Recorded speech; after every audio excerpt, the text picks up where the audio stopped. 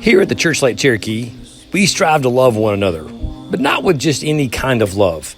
We try to love one another with the kind of love that Jesus commands us all to love each other with. He says to all of us, here's how people will know you're my disciples. Not because of how much you've accomplished, not because of the grade point average you had in college, not because of the size of your bank account, but people will know you are my disciples, that if you love one another, and love one another the way I have loved you. Loving one another the way Jesus has loved us will help us solve every marriage problem we have, will show us how to be better parents, will be the example of how we can become great employees. Simply put, it'll help us be better at life and help our lives be better. Oh yes, when Jesus said, hey, there's the one commandment, you're to love each other the way I have loved you. He made it far less complicated, but he made it far more demanding. Demanding in the sense that there are no loopholes. There are no exceptions. There are no workarounds. You don't ever get to see somebody and say, oh, I can love everybody except that person. Jesus says you are to love everybody the way I have loved you.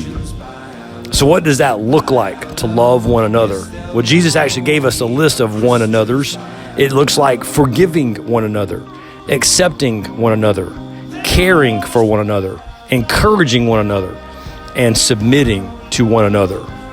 Hey, listen, life is complicated at times. And if you and I were honest, we look at situations and we say to ourselves, I'm not really sure what to say or what to do. When you find yourself in that situation, may I encourage you to give this a thought. When you're not really sure what to say or do, just ask yourself this question. What does love require of me? When I'm not sure what to say or what to do, ask yourself, how do I love the way God, through Jesus Christ, has loved me? In doing so, we will live our lives in such a way that becomes irresistible and magnetic to people around us, because loving that way will stand in contrast to most of what people experience in this world. For us at the Church Lake Cherokee, we are about trying to help people become disciples. Simply put, disciples being people who, to the best of their ability, live by what Jesus taught. Being a Jesus follower simply means that we demonstrate one another behavior. Well, what does it look like to be a Jesus follower? It consists of three things: one another behavior, prevailing faith, and maturity. Now, there are some things that help us grow in our maturity and help us become Jesus followers, sort of help get us going. And those catalysts, those 5 faith catalysts are these: practical teachings, providential relationships, private disciplines, pivotal circumstances, and personal ministry.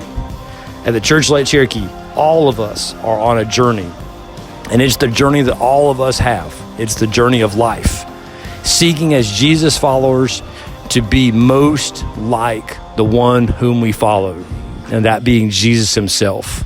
When you come to the Church Lake Cherokee, everything we do is geared toward helping you be the best Jesus follower you can be. And by doing that, helping your life be better and helping you be better at life.